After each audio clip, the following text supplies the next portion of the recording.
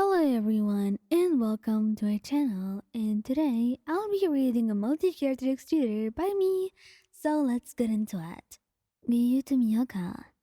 Giyuu is very shy about kissing you and doing affectionate things in public, so make it out in public didn't seem to be very likely with him.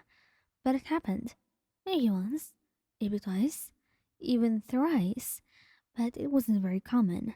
And the one reason he got caught doing it was because one of his students were coming to meet him, Tanjiro specifically. So the two of you were just waiting, and he decided to kiss you. And kissing turned to making out, then you know the whole story. And then Tanjiro was just standing there, looking at you two, bright red, and then he immediately looked at the ground when he noticed that you saw him, bowing and apologizing, saying that he didn't mean to see that at all. And honestly, he believed him. He was just shocked, since Tanjiro was so young, and he was not really used to seeing things like this, living on the mountains and all. He tried to calm Giyuu down, since Giyuu was blushing and he was just kind of upset that he saw him like that. And he told Tanjiro to take a little break while you take care of Giyuu for now, which he agreed to, wanting to be relieved of this experience. Rengoku Kyojuro. Rengoku didn't mind making out with you in public, but it wasn't something that he would do very much. He knew some people didn't think that was a considerate thing to do, or just didn't see it as a polite thing, and he understood, which is why he avoided it. But in special occasions, he actually didn't care what people thought. And that was why, after he returned from a mission, right in front of the Hashira headquarters, he was kissing you and making out with you.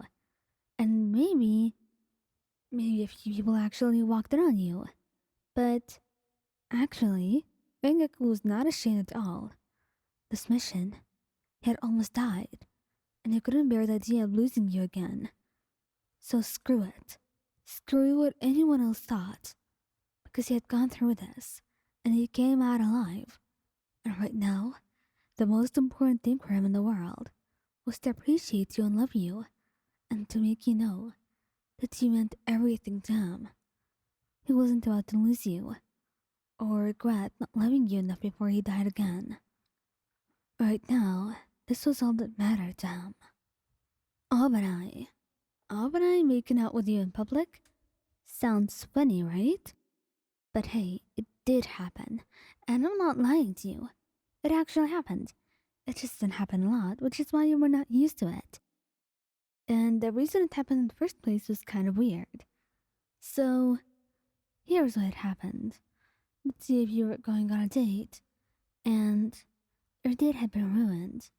You know, the restaurant was shitty, and there was this waiter who tried to flirt with you, and Obanai just ruined the entire thing. He didn't intend to ruin it. He just got so mad that he was being disrespected like this, and that also you were being disrespected by this guy flirting with you. Didn't you have privacy?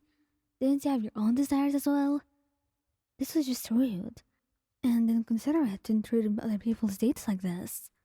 So, since you couldn't have a peaceful dinner there, he took you out, on a random place where you could eat outside, away from all the waiters and waitresses. And after you were done, he wrapped his arms around you, kissing you, and soon enough he deepened the kiss. Maybe the restaurant owner had seen you, but he just smiled himself, saying something about young love or whatever, so there wasn't any big scene made. It was just a soft tender moment between the two of you, which he just happened to witness. Sanemi. Sanemi didn't seem like the type of guy to actually make out, but he did, and he did it so much more in private than he actually did it in public. But the reason he did it in public this time was because everyone was flaunting around their partners, and he wanted to flaunt you around too. He should do this. They were partners, and he never got to show you off so much. So this time, since they always told him that he didn't have a girlfriend or whatever, he brought you along. And he spoiled the hell out of you.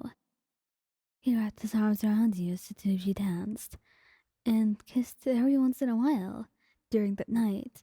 And by every once in a while, I meant like every 2 minutes. And then, just before your dance had ended, he made out with you with everyone, just watching you too. And after he's done, he smiled, kissing your palms gently and telling you that you were the most beautiful and gorgeous woman he'd ever seen in the world. And you were just so happy and lucky to be with someone like you. Tengen. Tengen didn't have any trouble just being affectionate with you in public, and he didn't need any prompt to do that. So he would do this without, anything requiring him to do so. He had no shame, and absolutely loved showing you around and showing everyone, just the two of you being enamored with each other. And that's how lovey-dovey can be. But everything had its limits, and maybe he wasn't supposed to do this in the middle of a restaurant, but he did, since the two of you were just so happy. And he was also happy he got a date with you, after working so damn hard. And maybe the two of you also got kicked out. But nothing could ruin your day. For the two of you just laughed about it, being happy, and touring other restaurants in the city, eating there and there, and trying out every meal you liked until you felt like you were too full to even try to go home. But then, you just laid in the grass, stargazing, and enjoyed the night in Tengen's arms. Muichiro. Muichiro only did this because he didn't notice that anyone was there, and he didn't notice that someone was looking at you. And maybe you should have been more careful, but it is what it is. The two of you were just having a night out, and maybe someone was just watching him because he looked so interesting. Those blue eyes, and the hair with blue trail in the end. He looked pretty, and there was this girl who was staring at him from afar. And when he turned to make out with you, she was kind of upset and she didn't say anything about it. But she was the only witness to the makeout session you had, which, by the way, was absolutely heavenly, that you had to go home to continue it. Meanwhile, this girl had to go and tell her friends about this hot guy she met and couldn't do anything with because he was making out with you. So hey, feel lucky that you're that girl and not her.